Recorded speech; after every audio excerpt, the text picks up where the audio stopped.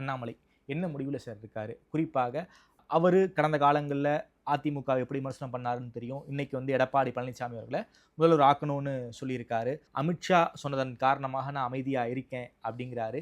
என்ன mind settle Annamalai இருக்காரு? கன்னை வச்சு தலையில் ஒரு போலீஸ் ஆஃபீஸர் சொன்ன ஸ்டேட்மெண்ட், கன்னை தலைமையில் வச்சு இந்த கட்சியில் தான் இருக்கணும்னு யாரும் சொல்ல முடியாது அப்படின்ற வார்த்தையில் ஒரே வார்த்தை ஒற்றை புள்ளியில் எல்லாம் அணைக்கி போச்சு. எல்லாம் அணைக்கி போய் வேறு எந்த ஸ்டேட்மெண்ட்டு, எந்த ப்ரெஸ் கான்ஃபரன்ஸு, வேறு எதையுமே நீங்கள் பார்க்க வேண்டிய தேவையில்லை.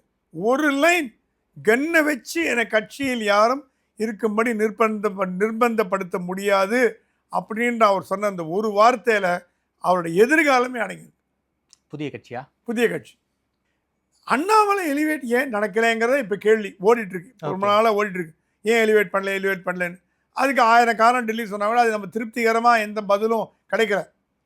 அண்ணாமலையோட வாக்கு சதவிகிதம் பாஜகவோட அதிகமான தமிழ்நாட்டில் அதிகம்தான். ஓகே.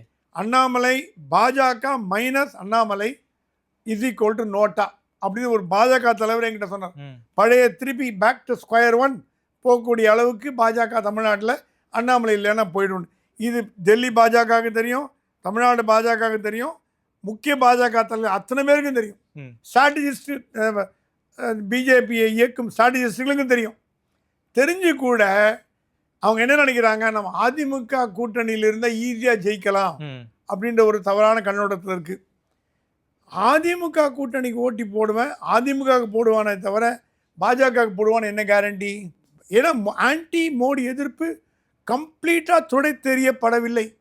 அது துடை தெரியப்பட்டதில் ஒரு 60% பொறுப்பு வந்து அண்ணாமலையிட்ட இருந்தது. ஆன்டி மோடிங்க அந்த இமேஜை 100% 40% கொண்டு வந்தார். இப்போ மோடியோட இமேஜை திருப்பி நெகட்டிவ் ஆக்கிறதுக்கான காரியங்கள் நிறைய நடந்துட்டு வருது. எஸ்ஐஆர்லேருந்து ஆரம்பித்து எல்லாம் ஓட்டு திருட்டு அதெல்லாம் வருது.